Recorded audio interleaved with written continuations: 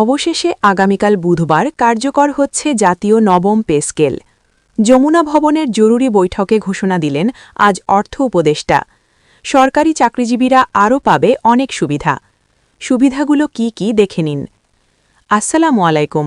নবম পে স্কেলের নিউজ সবার আগে পেতে আমার এই চ্যানেলটি সাবস্ক্রাইব করে রাখুন, কারণ নবম পে স্কেলের খবর সবার আগে আমি দিয়ে থাকি। আজ যমুনা ভবনে অনুষ্ঠিত এক জরুরি বৈঠক থেকে সরকারি চাকরিজীবী ও অবসরপ্রাপ্তদের জন্য এলো বহু প্রতীক্ষিত বড় ঘোষণা। অর্থ উপদেষ্টা বৈঠক শেষে স্পষ্টভাবে জানান, আগামীকাল বুধবার থেকেই নতুন পে স্কেল কার্যকর করা হবে। দীর্ঘদিন ধরে যে আলোচনা, জল্পনা ও অপেক্ষা চলছিল, আজকের বৈঠকের মধ্য দিয়ে তার অবসান ঘটতে যাচ্ছে। বৈঠকের শুরুতেই অর্থ উপদেষ্টা বলেন, বর্তমান অর্থনৈতিক বাস্তবতা, মূল্যস্ফীতি ও সাধারণ মানুষের জীবনযাত্রার ব্যয় বিবেচনায় রেখে সরকার এই সিদ্ধান্ত নিয়েছে। সরকারি চাকরিজীবীদের ন্যায্য অধিকার নিশ্চিত করতেই নবম পে স্কেল কার্যকর করার পথে অগ্রসর হওয়া হয়েছে বলে তিনি উল্লেখ করেন। অর্থ উপদেষ্টা আরও জানান, নির্বাচনকে সামনে রেখে কোনো ধরনের অনিশ্চয়তা রাখা হবে না। নবম পে স্কেলের গেজেট নির্বাচনের আগেই প্রকাশ করা হবে এবং এ বিষয়ে প্রয়োজনীয় প্রশাসনিক প্রস্তুতি প্রায় সম্পন্ন। গেজেট প্রকাশের মাধ্যমে পে স্কেলকে আইনি ভিত্তি দেয়া হবে, যাতে ভবিষ্যতে কোনো জটিলতা না থাকে। বৈঠকে জানানো হয়, নতুন পে স্কেল কার্যকর হওয়ার ফলে সরকারি চাকরিজীবীদের বেতন কাঠামোয় গুরুত্বপূর্ণ পরিবর্তন আসবে। গ্রেড ভিত্তিক বেতন পুনর্গঠন করা হয়েছে, যাতে নিম্ন ও মধ্যম গ্রেডের কর্মচারীরা তুলনামূলকভাবে বেশি সুবিধা পান। এতে কর্মচারীদের জীবনযাত্রার মান উন্নত হবে বলে আশা প্রকাশ করা হয়। অর্থ উপদেষ্টার ভাষায়, এই পে স্কেল শুধু বেতন বৃদ্ধি নয়, বরং একটি কাঠামোগত সংস্কার। সরকারি চাকরিজীবীদের আর্থিক নিরাপত্তা ও পেশাগত মর্যাদা বাড়াতেই এই উদ্যোগ নেওয়া হয়েছে। তিনি বলেন, কর্মচারীরা সন্তুষ্ট হলে প্রশাসনিক কাজেও গতি ও স্বচ্ছতা বাড়বে। আজকের বৈঠকে সরকারি চাকরিজীবীদের জন্য ঘোষিত হয় ৩টি বড় সুখবর। প্রথম সুখবর হিসেবে জানানো হয়, নতুন পে স্কেল কার্যকর হওয়ার সঙ্গে সঙ্গে বাকেয়া সংক্রান্ত বিষয়গুলো ধাপে ধাপে সমাধান করা হবে। অতীতের কোনো পাওনা যেন দীর্ঘদিন ঝুলে না থাকে, সে বিষয়ে সরকার আন্তরিক। দ্বিতীয় সুখবরটি হল, পদোন্নতি ও টাইম স্কেল সংক্রান্ত বিষয়ে ইতিবাচক সিদ্ধান্ত নেয়ার ইঙ্গিত দেয়া হয়েছে।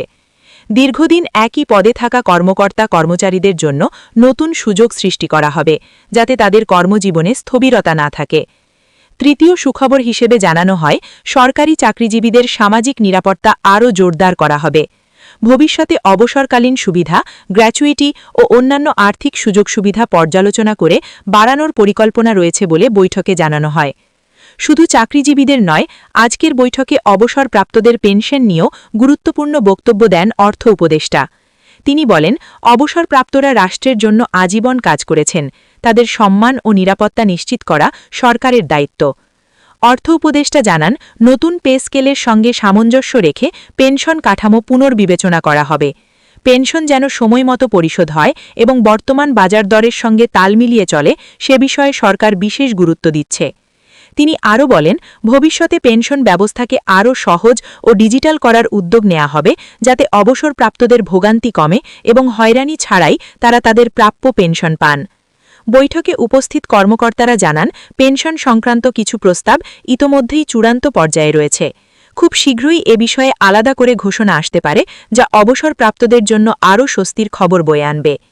নবম পে স্কেল বাস্তবায়ন নিয়ে যে নানা গুজব ও বিভ্রান্তি চলছিল, আজকের বৈঠকে তার অনেকটাই স্পষ্ট হয়েছে। অর্থ উপদেষ্টা পরিষ্কারভাবে বলেন, এটি কোনো আশ্বাস নয়, এটি সরকারের চূড়ান্ত সিদ্ধান্ত। তিনি আরও জানান, পে স্কেল বাস্তবায়নের মাধ্যমে সরকারি চাকরিজীবীদের দীর্ঘদিনের দাবি পূরণ হতে যাচ্ছে। একই সঙ্গে রাষ্ট্র ও কর্মচারীদের মধ্যকার আস্থার সম্পর্ক আরও দৃঢ় হবে বলে তিনি আশা প্রকাশ করেন। বিশ্লেষকদের মতে, এই সিদ্ধান্ত সরকারি চাকরিজীবীদের মনোবল বাড়াবে এবং প্রশাসনিক কার্যক্রমে ইতিবাচক প্রভাব ফেলবে। দীর্ঘদিন ধরে যে অসন্তোষ ও অনিশ্চয়তা ছিল, তা অনেকটাই কেটে যাবে বলে মনে করছেন তারা। সব মিলিয়ে যমুনা ভবনের আজকের বৈঠক সরকারি চাকরিজীবী ও অবসরপ্রাপ্তদের জীবনে একটি গুরুত্বপূর্ণ অধ্যায় হিসেবে বিবেচিত হচ্ছে। আগামীকাল বুধবার থেকে পে স্কেল কার্যকর হওয়ার মধ্য দিয়ে শুরু হতে যাচ্ছে নতুন এক বাস্তবতা। শেষে অর্থ উপদেষ্টা বলেন, রাষ্ট্র ও কর্মচারী একে অপরের পরিপূরক। এই পে স্কেল বাস্তবায়নের মাধ্যমে সেই সম্পর্ক আরও শক্তিশালী হবে, এটাই সরকারের প্রত্যাশা।